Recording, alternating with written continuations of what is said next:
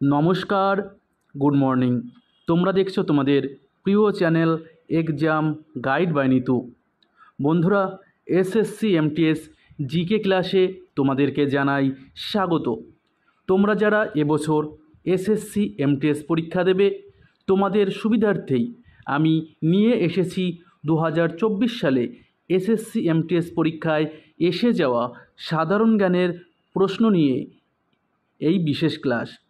আজকে আমি করাচ্ছি 24তম ক্লাস, যেটি 17ই অক্টোবর 2024 সালে প্রথম শিফটে পরীক্ষায় এসেছিল। তো বন্ধুরা, তোমরা যারা এখনও পর্যন্ত চ্যানেলটি সাবস্ক্রাইব করোনি, তো অবশ্যই চ্যানেলটি সাবস্ক্রাইব করে নেবে। ভিডিওটা ভালো লাগলে লাইক করবে, বন্ধুদের সঙ্গে শেয়ার করবে। তো চলো শুরু করছি আজকের প্রশ্নপত্রগুলো। শুরু করছি আজকের প্রথম প্রশ্ন দেখো, যদি দেখা যায় যে একটি শিশুর হৃদস্পন্দন প্রতি মিনিটে 135 বার, তাহলে হার্ট স্পন্দনের কম্পাঙ্ক কত? কম্পাঙ্কের একক হার্জ। তো প্রতি মিনিটে 135 বার, তো প্রতি মিনিট অর্থাৎ 60 সেকেন্ডে যাচ্ছে 135 বার স্পন্দন হচ্ছে। তাহলে 1 সেকেন্ডে কত? তো 1 সেকেন্ডে দেখো হয় 2.25 হার্জ। তো সঠিক উত্তর হবে 2.25 হার্জ। পরবর্তী প্রশ্ন, ভারতের পরিকল্পনা কমিশনের মতে 2004-5 সালে ভারতের মোট জনসংখ্যার কত শতাংশ দারিদ্র্য সীমার নিচে ছিল? কিসের অনুমান ভিত্তিতে? লাদাখওয়ালা দারিদ্র্য অনুমান ভিত্তিতে। তো সঠিক উত্তর হবে 27.5। কে প্রথম অনুমান করেছিলেন যে কোষগুলি আগে থেকে বিদ্যমান কোষ থেকে তৈরি? তো এই অনুমান করেছিলেন বিজ্ঞানী রুডলফ ভিরচো। তিনি 1855 সালে প্রস্তাব করেন যে কোষগুলি পূর্ব বিদ্যমান কোষ থেকে উৎপন্ন হয়। পরবর্তী প্রশ্ন, ইবনি, মেহগনি, সিংখোনা ইত্যাদি গাছ ভারতের কোন ধরনের বনে পাওয়া যায়? তো এগুলি সব গ্রীষ্মমণ্ডলীয় চিরহরিৎ বনে পাওয়া যায়। গ্রীষ্মমণ্ডলীয় চিরহরিৎ বনে ইবনি, মেহগনি এবং সিংখোনা গাছ দেখতে পাওয়া যায়। 3রা জানুয়ারি 2025 কম্ববতী হরিবাবু ভারতের নিচের কোন রাজ্যের রাজ্যপাল নিযুক্ত হয়েছেন? আমি কিন্তু এই প্রশ্নটা আপডেট করে দিয়েছি। তো কম্ববতী হরিবাবু তিনি বর্তমানে উড়িষ্যা রাজ্যের রাজ্যপাল হিসেবে দায়িত্ব পালন করছেন কম্ববতী হরিবাবু। বৌদ্ধরা তাদের ভিক্ষু ও সন্ন্যাসীদের দেহাবশেষ রাখার জন্য সাধারণত কোন ধরনের কাঠামো ব্যবহার করে? তো বৌদ্ধদের যারা বৌদ্ধ ভিক্ষু এবং সন্ন্যাসী, তারা মারা গেলে তাদের মরদেহ কী করে? স্তূপ করে রাখে। তো সঠিক উত্তর হবে স্তূপ। ঠিক আছে। তো বৌদ্ধ ভিক্ষু ও সন্ন্যাসীরা যদি মারা যায়, তাদের দেহাবশেষ স্তূপ করে রাখা হয়। নিম্নলিখিত তালিকা বিবেচনা করো। তালিকা 1-এর সঙ্গে তালিকা 2 মিল ঘটাতে হবে। তালিকা হচ্ছে তালিকা 1 কংগ্রেস অধিবেশন, তালিকা 2 সেই অধিবেশনের সভাপতি। দেখো, বোম্বে 1885 প্রথম অধিবেশনে সভাপতি ছিলেন কে? উমেশ চন্দ্র ব্যানার্জি। কলকাতা 1896 এখানে সভাপতিত্ব করেছিলেন কে? রহিমাতুল্লাহ এম সাহানি। এই 1896 সালে কলকাতা অধিবেশনে কিন্তু বন্দে মাতরম গানটি গাওয়া হয়। সুরাট 1907 এই অধিবেশনে সভাপতিত্ব করেন রাসবিহারী ঘোষ। কানপুর 1925 এই অধিবেশনে সভাপতিত্ব করেন সরোজিনী নাইডু প্রথম ভারতীয় মহিলা যিনি জাতীয় কংগ্রেসের সভাপতিত্ব করেছিলেন। তো সঠিক উত্তর হবে অপশন এ। ঠিক আছে, চল নেক্সট। নিচের কোন গ্রন্থে যৌমিনিয়া ও কৌশিতকী নৃত্যের উল্লেখ পাওয়া যায়? যৌমিনিয়া ও কৌশিতকী নৃত্যের উল্লেখ রয়েছে ব্রাহ্মণ। ব্রাহ্মণ এই গ্রন্থে জৈমিনিয়া এবং কৌশিতকী নৃত্যের উল্লেখ রয়েছে। গীতা চন্দ্রন 2007 সালে পদ্মশ্রী পেয়েছিলেন, যিনি একজন প্রশংসিত ড্যাশ নর্তকী। তো গীতা চন্দন তিনি একজন ভারতনাট্যম নৃত্যশিল্পী। ভারতনাট্যম ভারতের তামিলনাড়ু রাজ্যের একটি শাস্ত্রীয় নৃত্য। দেখো, কলম একের সঙ্গে তালিকা 2 মিলাতে হবে। তালিকা 1 রয়েছে দক্ষিণ ভারতীয় রাজা এবং রাজবংশ। দেখো, মারা বর্মন সুন্দরন পাণ্ডব, মারা বর্মন সুন্দর পাণ্ডবন তিনি কোন বংশের ছিলেন? তো তিনি ছিলেন পাণ্ডব বংশের।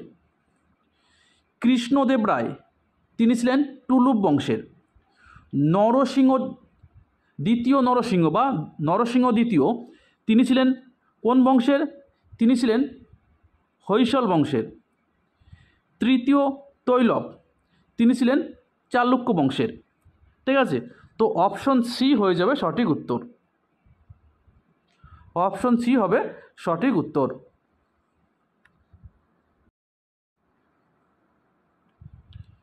পরবর্তী প্রশ্ন, ড্যাশ এর জন্য ব্যথানাশক ওষুধের ব্যবহার করা হয়? কিসের জন্য ব্যথানাশক ওষুধ ব্যবহার করা হয়? তো ব্যথা ও জ্বর কমানোর জন্য, ব্যথা এবং জ্বর কমানোর জন্য ব্যথানাশক ওষুধ ব্যবহার করা হয়। পরবর্তী প্রশ্ন, ওস্তাদ ঘাগে খুদা বক্স নিচের কোন ঘরানার সাথে যুক্ত ছিলেন? তো ওস্তাদ ঘাগে খুদা বক্স তিনি একজন আগ্রা ঘরানার সঙ্গে যুক্ত। আগ্রা ঘরানার সাথে যুক্ত ছিলেন ওস্তাদ ঘাগে খুদা বক্স। পরবর্তী প্রশ্ন, পল্লবদের প্রথম সামন্ত কে ছিলেন? তো পল্লব বংশের প্রথম সামন্ত ছিলেন রাজা বিজয়ালয়। রাজা বিজয়ালয় ছিলেন সামন্ত বংশের শাসক। হর্ষবর্ধন ছিলেন প্রস্রবতী বংশের শাসক। অশোক ছিলেন মৌর্য বংশের শাসক। রাজেন্দ্র চোল ছিলেন চোল বংশের শাসক। ঠিক আছে, চল নেক্সট। জাতীয় বহুমাত্রিক দারিদ্র্য সূচক রিপোর্ট 2021 অনুযায়ী নিচের কোন রাজ্যের জনসংখ্যা সবচেয়ে কম দারিদ্র্যের মধ্যে রয়েছে? তো সবথেকে কম দারিদ্র্যের মধ্যে রয়েছে, তো সঠিক উত্তর হবে সিকিম। সিকিম হয়ে যাবে সঠিক উত্তর। ঠিক আছে, অপশন অনুযায়ী কিন্তু সিকিম হবে সঠিক উত্তর। পরবর্তী প্রশ্ন, 1905 সালে বঙ্গভঙ্গ ঘোষণার সময় নিচের মধ্যে কে ভারতের ভাইসরয় ছিলেন? তো তখন ভারতের ভাইসরয় ছিলেন লর্ড কার্জন। তো সঠিক উত্তর হবে লর্ড কার্জন। ঠিক আছে, আর বঙ্গভঙ্গ রদ হয়েছিল 1911 সালে। 1911 সালে এই বঙ্গভঙ্গ রদ হয়েছিল। আর দেখো, দারিদ্র সীমায় নিচে সবচেয়ে কম রয়েছে কোন রাজ্যে? সেটা হচ্ছে গোয়া। ঠিক আছে, গোয়ায় কিন্তু দারিদ্র সীমার নিচে বাস করার লোকের সংখ্যা সবচেয়ে কম। কিন্তু যেহেতু গোয়া নেই, তো অপশনে সিকিম রয়েছে। তো সিকিম কিন্তু 4র্থতম রাজ্য যেখানে দারিদ্র কম। নিচের কোনটি সুপ্রিম কোর্টের সর্বোচ্চ এবং গুরুত্বপূর্ণ বিষয় নয়? তো সুপ্রিম কোর্টের গঠন সম্পর্কে বলা রয়েছে 124 নম্বর অনুচ্ছেদে। তো দেখো, এটি মৌলিক অধিকারের রক্ষক ও গ্যারান্টার, এটা ঠিক। এটি ফেডারেল ভারসাম্য বজায় রাখে, অর্থাৎ এটি কেন্দ্র এবং রাজ্যর মধ্যে ভারসাম্য বজায় রাখে, এটাও ঠিক। এটি নির্বাহী কর্তৃপক্ষের উপর নজরদারি এবং আইনের শাসন প্রয়োগ করার জন্য কাজ করে, এটাও ঠিক। তো যেটা কাজ ঠিক নয় সেটা হচ্ছে এটি ভূমি রেকর্ড এবং রাজস্ব সংগ্রহ বজায় রাখে। তো এই অপশনটি কিন্তু ঠিক নয়, আর এটাই কিন্তু সঠিক উত্তর। পরবর্তী প্রশ্ন, নিচের কোনটি মুসলিম সম্প্রদায়ের মধ্যে শোকের দিন হিসেবে বিবেচিত হয়? তো শোকের দিন হচ্ছে মহরম উৎসবটি। মুসলিমদের মহরম উৎসবটি এটি কিন্তু একটি শোকের উৎসব। নিচের কোন রাজ্যে কৃষিকে স্থানীয়ভাবে পেন্ডা বলা হয়? তো স্থানীয়ভাবে পেন্ডা বলা হয় অন্ধ্রপ্রদেশের কৃষিকাজকে। অন্ধ্রপ্রদেশের কৃষিকাজকে স্থানীয়ভাবে পেন্ডা বলা হয়। তখন স্থানীয় কৃষিকাজ এটা কিন্তু প্রচুর পরিমাণে আসে, কিন্তু উড়িষ্যা রাজ্যের, মধ্যপ্রদেশের, ঠিক আছে, এই স্থানীয় চাষগুলো কিন্তু এসে থাকে।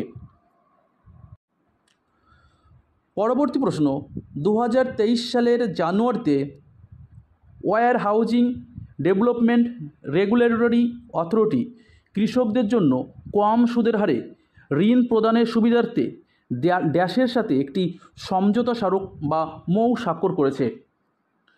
তো এটি স্টেট ব্যাঙ্ক অফ ইন্ডিয়ার সাথে মৌ স্বাক্ষর করেছে। পরবর্তী প্রশ্ন, একটি অলিম্পিক আকারের সুইমিং পুলের আদর্শ দৈর্ঘ্য কত? তো অলিম্পিকে যে সুইমিং পুল রয়েছে তার আদর্শ দৈর্ঘ্য হচ্ছে 50 মিটার, ঠিক আছে, একবার গেলে 50 মিটার যাওয়া হয়। 1983 সালের ক্রিকেট বিশ্বকাপ প্রতিযোগিতার সময় নিম্নলিখিতদের মধ্যে কে ভারতীয় ক্রিকেট দলের অধিনায়ক ছিলেন? তো 1983 সালে যখন ভারত ক্রিকেট বিশ্বকাপ জেতে তখন সেই দলের অধিনায়ক ছিলেন কপিল দেব। তো সঠিক উত্তর হবে কপিল দেব। ভারত মোট দুবার আইসিসি ওডিআই ক্রিকেট চ্যাম্পিয়ন হয়েছে, একবার 1983 সালে কপিল দেবের নেতৃত্বে, অপরটি 2011 সালে মহেন্দ্র সিং ধোনির নেতৃত্বে। পরবর্তী প্রশ্ন, পৃথিবীর সমস্ত জীবন্ত প্রাণী কার্বন যৌগ দ্বারা গঠিত। বহু বছর আগে মৃত এবং সমাহিত উদ্ভিদগুলি উচ্চ তাপমাত্রা এবং উচ্চ চাপে ধীরে ধীরে কয়লায় পরিবর্তিত হতে শুরু করে। এই প্রক্রিয়াকে কী বলা হয়? তো এই প্রক্রিয়াকে বলা হয় কার্বনাইজেশন। তো সঠিক উত্তর হবে কার্বনাইজেশন। তো সঠিক উত্তর হবে কার্বনাইজেশন। পরবর্তী প্রশ্ন, ভারতীয় সংবিধানের কোন অনুচ্ছেদে সংসদের সদস্য হওয়ার যোগ্যতা নির্ধারণ করা হয়েছে? তো সংসদের সদস্য হওয়ার ন্যূনতম যোগ্যতা হচ্ছে 25 বছর হতে হবে, তাকে অবশ্যই ভারতীয় হতে হবে এবং সর্বনিম্ন বয়স 25 বছর হতে হবে। এটা বলা হয়েছে অনুচ্ছেদ 84 নম্বর অনুচ্ছেদে। তো সঠিক উত্তর হবে 84 নং অনুচ্ছেদ।